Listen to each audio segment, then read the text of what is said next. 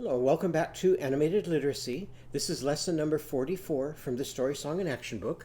In this lesson, we're going to be learning about an elf named Edgar.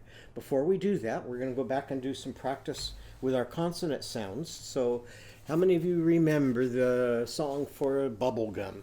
What do we start out with in our bubblegum song? What does Mom give us? Some pennies. So would you sing this back to me? My mama gave me pennies. My mama gave me pennies to go and eat at Denny's, to go and eat at Denny's. But I did not eat at Denny's, but I did not eat at Denny's. Instead, I bought some bubble gum. Now show me how you can blow a great big bubble.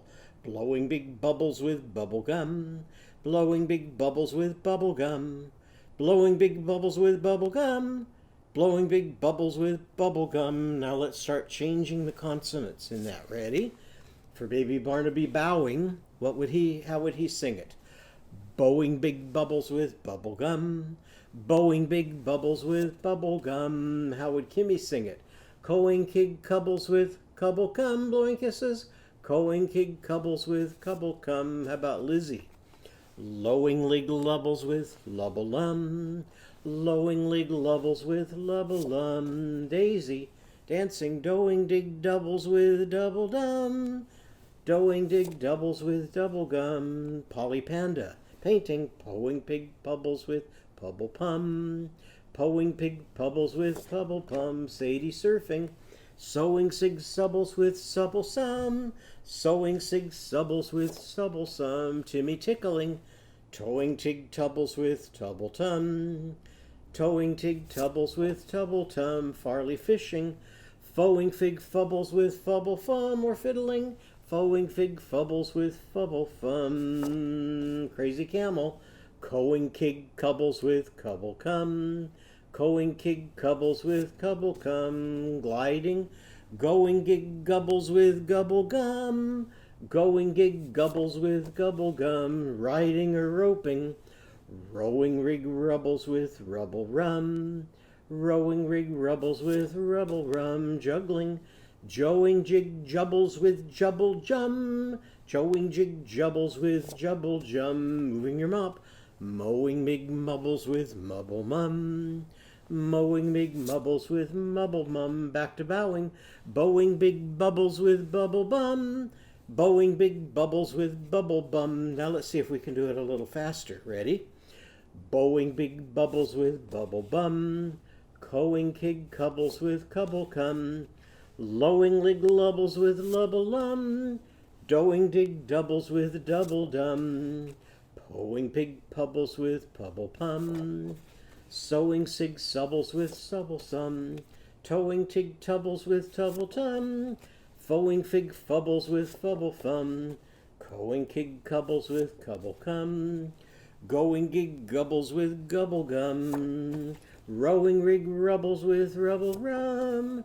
Joeing jig jubbles with jubble jum.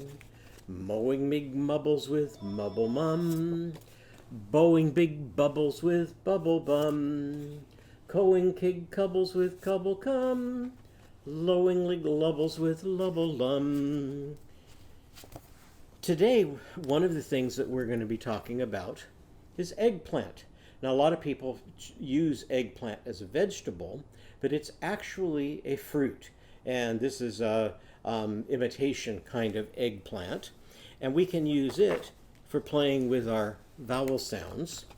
So if Ollie Ostrich eats the eggplant and his sound is ah for going to the doctor, what does eggplant become?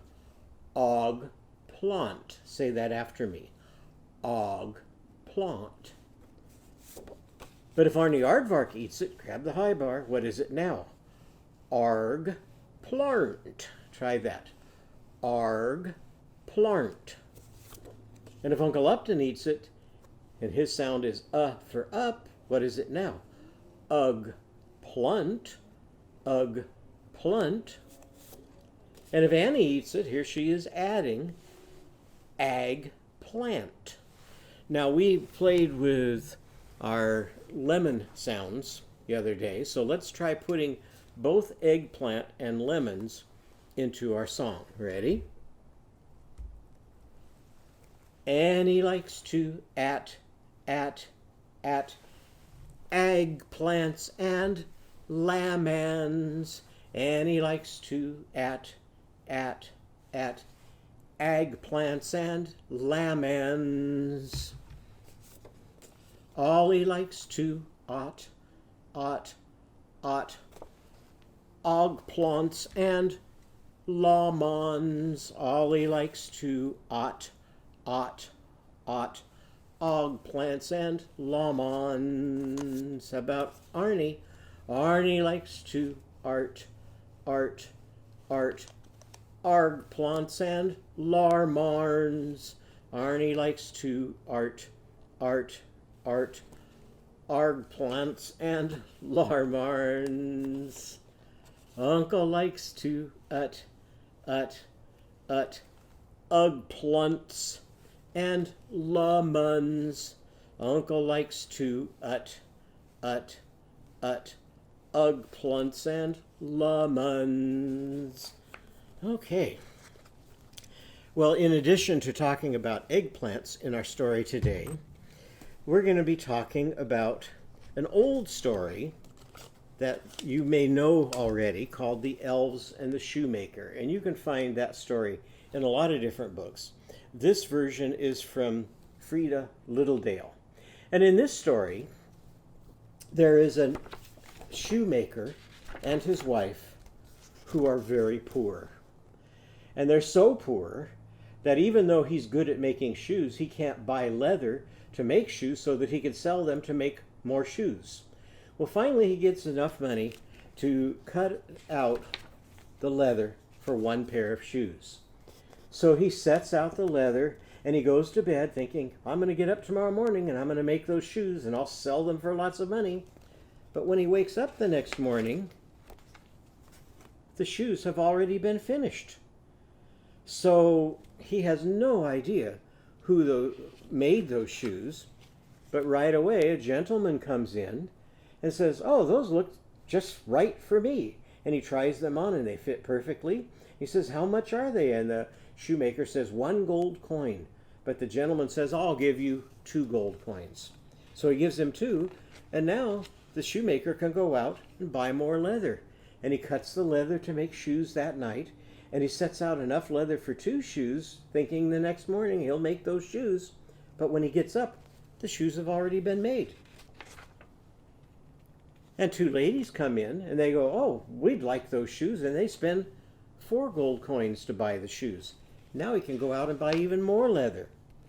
Well, this just keeps happening, and each day he buys more leather, and each night he sets out the leather, and the next morning the shoes are already made. So he and his wife decide one night, we're going to hide and see what's happening with those shoes. So they hide, and here they discover that at night there are elves coming out, and they're using their tack hammer, and they're sewing, and they're making all the shoes each night. So they decide they'd like to do something nice for the elves. So they sew all day, and they make little tiny clothes, and instead of setting out leather, they set out the clothes. And when the elves come in that night, they see the clothes, and they try them on, and they go, wow, that's so much fun, and they dance around, and they have so much fun that they decide not to make shoes anymore and to just go off dancing. But the old lady and the old man are still very happy because now they have enough money to buy leather and to make their own shoes, and they all live happily ever after. So that's the story of the elves and the shoemaker. And we're going to use that story in talking about Edgar Elf. This is a Skybrary book about the little red elf that tells you a little bit different story about an elf. Another part of our story is going to take place at a zoo. And this is a fun book called Dear Zoo, and it's written by Rod Campbell. And this is about a child who wants to have a pet. So she writes to the zoo. It says, I wrote to the zoo to send me a pet. They sent me an What did they send her? An elephant. Would that be a good pet? No, he was too big. So I sent him back. Let's see what happens next. So they sent me, what do you think is in that box? A giraffe. Would a giraffe be a good pet? He was too tall, so I sent him back. And they keep sending back all these pets throughout the book until finally it gets to the very end. And it says, so they thought very hard and long, and they sent me a, what did they finally send? A puppy. Did she send it back? He was perfect. I kept him. So we're going to be talking about a zoo in our story today. And here's a couple Skybrary books about a zoo. This one is kind of a crazy zoo, and it's called Zany Zoo Day. And this is another one called The Zoo and You. And I think we also looked at those when we were doing Kimmy Kangaroo, because her story takes place at a zoo. Here's a couple stories about something you might find at a zoo. Now, this first one isn't at a zoo, though. It says, I've got an elephant.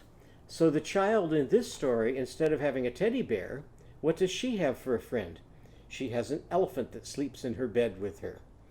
And in this story, this elephant causes huge problems because he has a cold, and when you have a cold, what do? You sneeze, and what does it sound like? Shoo! And if you were as big as an elephant and you had a nose like an elephant, that could cause all sorts of disaster, and it does in this story. So now I want to tell you the story of Edgar Elf. Now, the elf that I showed you here was a rather large elf, but Edgar is not big like this elf. Instead, Edgar is very tiny, like this elf. Now, Edgar is the smallest of the elves who helped the shoemaker. And when they all decided to retire, he decided he was going to go off and live at the zoo because he loved watching big animals like elephants. So Edgar went to the zoo to see what he could find for a home. Well, he was so tiny that he found he could make a house out of an envelope. And the envelope he found, he thought, that's great because look, this envelope has a window.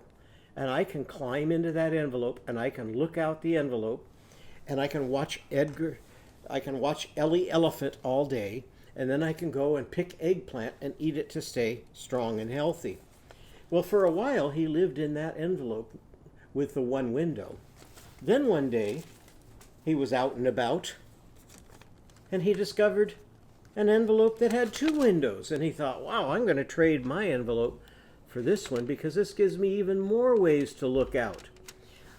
Well, now Edgar was so small that he had to exercise to stay strong so that nothing harmful could happen to him at the zoo where there were all those dangerous animals.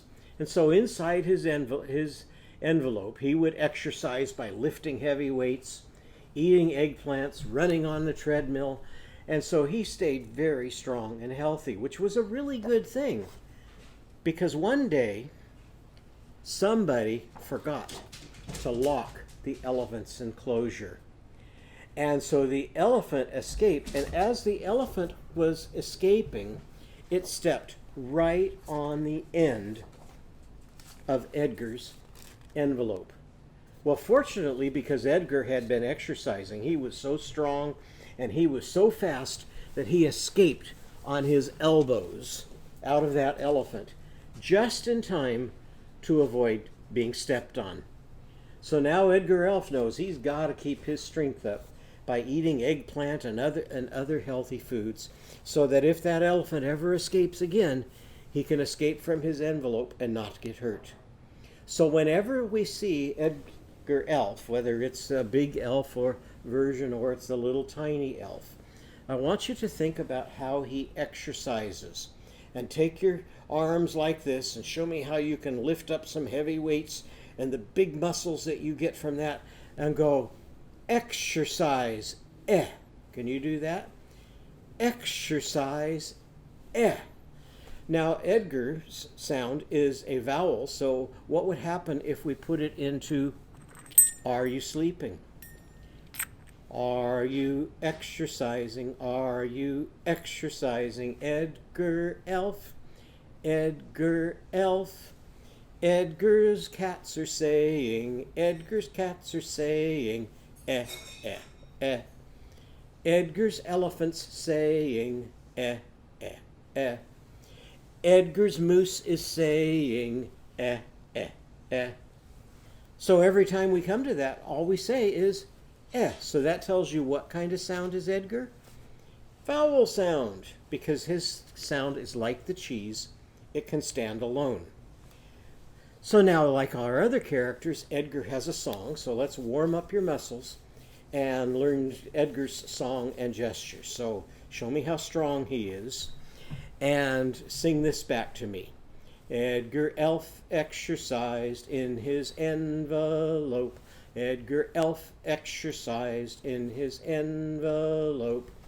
Sing, I'm an extra energetic elf. And this is how big Edgar Elf is. So you're showing me his little tiny size here. Sing, I'm an extra energetic elf. Now point to yourself again. For I have extra energy. For I have extra energy. Sing, I'm an extra energetic elf. Now how are we going to make Edgar Elf's letter E? So here's his E up in the corner. And you can make a capital E. How many? It has a straight line here and then 3 lines sticking out. So if I take and fold back one finger, I can kind of make an E a lot like this. I think I'll do that for my E, but you can make your E any way you want. E's for elf. E's for elf. Now show me how strong he is. Edgar Elf. Edgar Elf. Now show me how he escaped on his elbows. He escaped on his elbows. He escaped on his elbows. Now show me how big the feet are from Ellie Elephant. So here's the elephant walking. When Ellie Elephant escaped. When Ellie Elephant escaped. Show me how she stepped. And stepped on Edgar's envelope. Stepped on Edgar's envelope. Sing, I'm an extra energetic elf. Sing, I'm an extra energetic elf. Now let's try that together and then we'll do it with the recording. Ready? Edgar Elf exercised in his envelope. Sing, I'm an extra energetic elf. For I have extra energy. Sing, I'm an extra energetic elf. E's for elf. Edgar Elf. He escaped on his elbows. When Ellie Elephant escaped and stepped on Edgar's envelope. Sing, I'm an extra energetic elf. Okay, let's try that along with our recording now. So let's go back to Edgar Elf here. And here's our picture of Edgar Elf. So see if you can do the gestures and sing the song while I point to the words.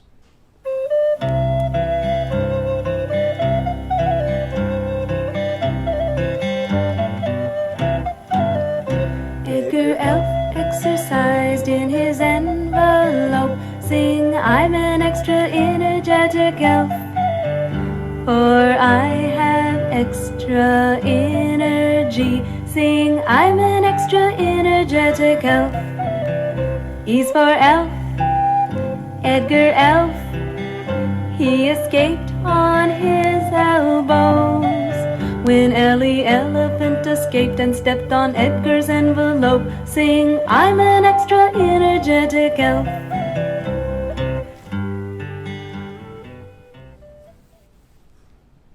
So what's our sound now for Edgar Elf? Eh. Okay, when you get your paper today for Edgar Elf, rainbow right over the capital and lowercase e, And then there's another way we can also spell Edgars Sound. So if you look over here, he can spell it just with an E by itself, or he can also spell it with both an E and an A. So those are the two ways to spell his sounds. So then when you turn your page over on the back, think of things from your life that are kind of like in Edgar Elf's. So one thing you might tell me is what it's like if you feel like you're little. Think of things that are much bigger than you, and tell me what it's like if when you come across someone or an animal that's much bigger. You might also tell me what it's like to be big, because if you compare yourself to an ant or something small, think about how they might feel. So you might tell me about that. You might tell me if you have been to a zoo and what your favorite thing about being at the zoo was. You might tell me what kinds of things you like to eat. Have you eaten eggplant? What's it taste like? Did you like eggplant? Did you eat it all by itself, or was it cooked with some kind of sauce put over the top of it? You could tell me about where you live. You probably don't live in an envelope, so you could tell me about your house, and then write something about your picture, or when your teacher or your parent comes, they can help you write the way it would look like in a book. In our next lesson, we're going to be drawing a picture of an elf. So I thought you might like to see some elves that my students did. This is when I was teaching kindergarten, and my kindergarten students drew an elf, and they labeled the elf, and they also labeled the parts of the elf. So this is something we'll be doing in our next lesson. And here's 4 more pictures that my students drew of an elf. So I hope you're looking forward to our next lesson and learning how to draw that elf. And I look forward to seeing you then.